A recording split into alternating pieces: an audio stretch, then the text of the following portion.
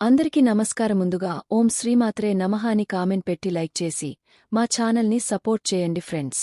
ఉగాది పండుగ రాబోతుంది. మరికొద్ది రోజులలో క్రోధినామ సంవత్సరం నుండి శ్రీ విశ్వావసునామ సంవత్సరంలో అడుగు పెట్టబోతున్నారు. అందుకే ఇది తెలుగువారి మొదటి పండుగ చేసే ఉగాదిగా పేర్కొంటారు. ఈ రోజునే బ్రహ్మ సమస్త సృష్టిని ప్రారంభించాడని చెప్తూ ఉంటారు. ఉగాది పేరు వినగానే అచ్చమైన ప్రకృతి పండుగ గుర్తొస్తుంది. ప్రకృతి పరంగా చూస్తే మూడు మారిన చెట్లు చిగురిస్తూ పూల పరిమళాలతో గుపాలిస్తూ పుడిమి తల్లిని పులకింపజేసే వసంత ఋతువు కూడా చైత్రశుద్ధ భాగ్యమునుంచే మొదలవుతుంది. అందుకే ఉగాదిని కొత్తదనానికి నాందిగా అభివర్ణించారు. ఈ రోజున పంచాంగ శ్రవణం చేయటం అన్నవాయితీ. ఉగాదినాడు అందరూ కలిసి నిశ్చాతులైన జ్యోతిష్య పండిత శ్రేష్ఠులను ఆహ్వానించి వారిని సన్మానించి ఒక పవిత్ర ప్రదేశమందు పంచాంగ శ్రవణం చేస్తారు. ఈ రోజు అందరూ నూతన సంవత్సరంలో తెలుసుకొని దానికి అనుగుణంగా వారి భావి జీవితాన్ని ఎందుకు అంకురార్పణలు చేస్తారు.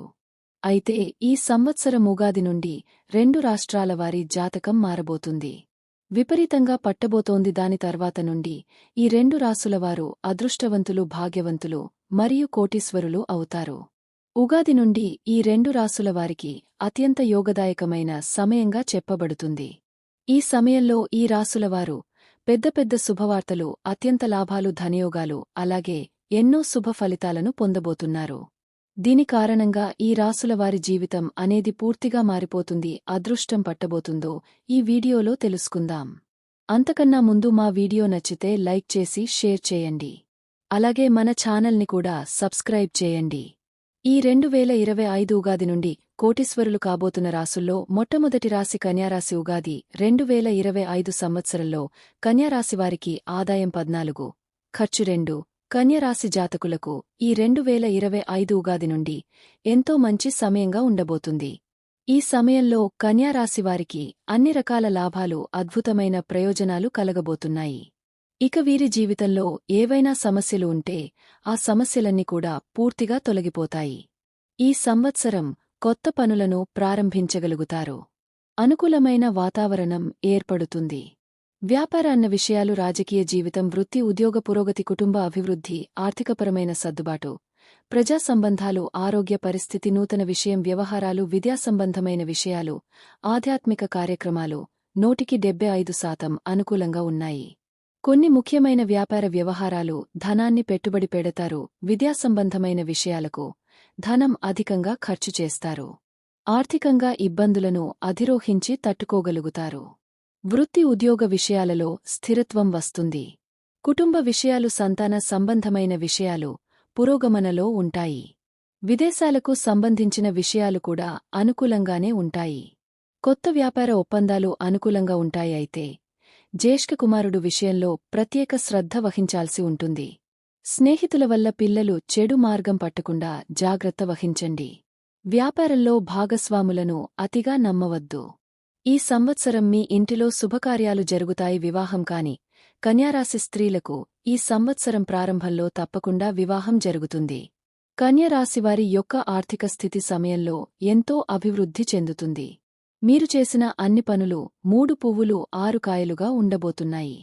అలాగే ఎవరైతే రాశివారు సంతానం కోసం ఎదురుచూస్తున్న వారికి సంతానం కలుగుతుంది. ఈ సమయంలో మీరు తలపెట్టిన పనులలో తప్పకుండా విజయం చేయకూడదు. కన్యారాశివారికి ఈ సంవత్సరం ఎక్కువగా అనుకూల ఫలితాలు కలుగుతాయి.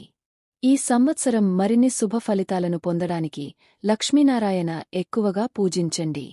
అలాగే మెడలో కాలభైరవ రూపాలను ధరించడం వలన మీకు మంచి శుభ ఫలితాలు కలుగుతాయి. మీకు ఈ సంవత్సరం మీరు చేయవలసిన పరిహారాలు ఏమిటి అంటే, ప్రతిరోజు కుంకుమను ధరించాలి. కుంకుమ ధరించడం వల్ల సమాజంలో మీకు మంచి గుర్తింపు వస్తుంది. మిమ్మల్ని అవమానం చేయువారు కూడా వెనుకడుగు వేస్తారు. అలాగే ప్రతిరోజు గణేశుడికి పూజలు చేయండి. మార్చి 2025 30 నుండి మార్చి 2026 19 వరకు ఈ పరిహారం చేయండి. హార్దిక స్థితి, ఆరోగ్యంపై ఎక్కువ శ్రద్ధ పెట్టండి. ఈ సంవత్సరం మీకు యోగకాలంగా ఉంటుంది.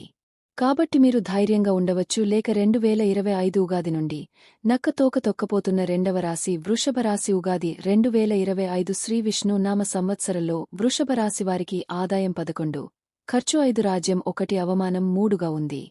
వృషభ రాశి జాతకులకు అత్యంత శుభదాయకంగా ఉండబోతుంది. అలాగే ఎన్నో రకాల శుభాయోగాలు కలుగుతాయి. ఉద్యోగ కార్యాలయాలలో చిన్న చిన్న సమస్యలు వచ్చినప్పటికీ మెల్లమెల్లగా అంతా కూడా సర్దుకుంటుంది. ఎందుకంటే ఈ సమయం అనేది పక్షాన ఉంది కాబట్టి అన్ని విషయాల్లో విషయాన్ని పొందుతారు. కుటుంబంలో అందరూ ఆనందంగా సంతోషంగా ఉంటారు.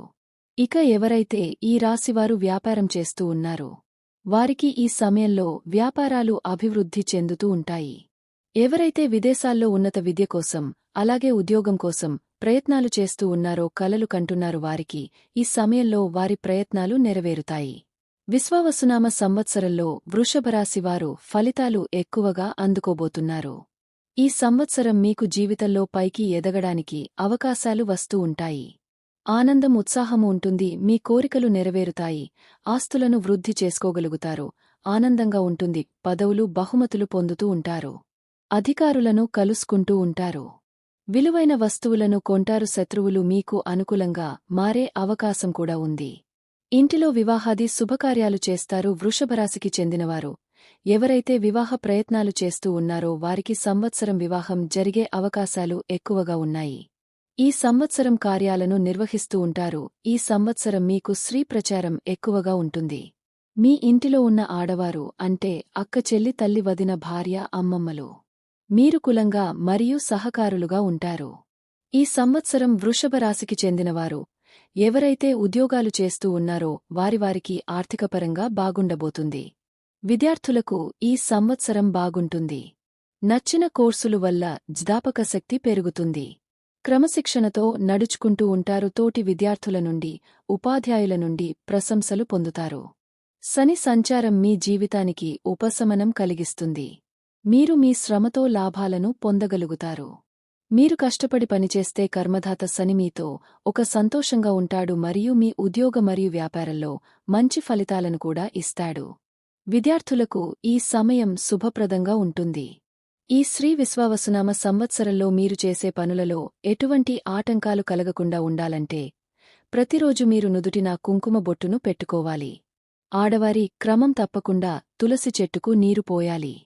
ఇలా ఇంకా మీరు ఉదయం స్నానం చేశాక ఓం నమో భగవతే వాసుదేవాయ నమః అనే మంత్రాన్ని వీలైనంత సార్లు చూపించండి. విష్ణు లేదా వెంకటేశ్వర ఆరాధన చేయడం మంచిది. వృషభ మరియు కన్యారాశుల వారికి విపరీతమైన అదృష్టం పడుతుంది. ఈ రెండు రాశులవారు ఎక్కడ ఉంటే అక్కడ అంతా మంచే జరుగుతుంది.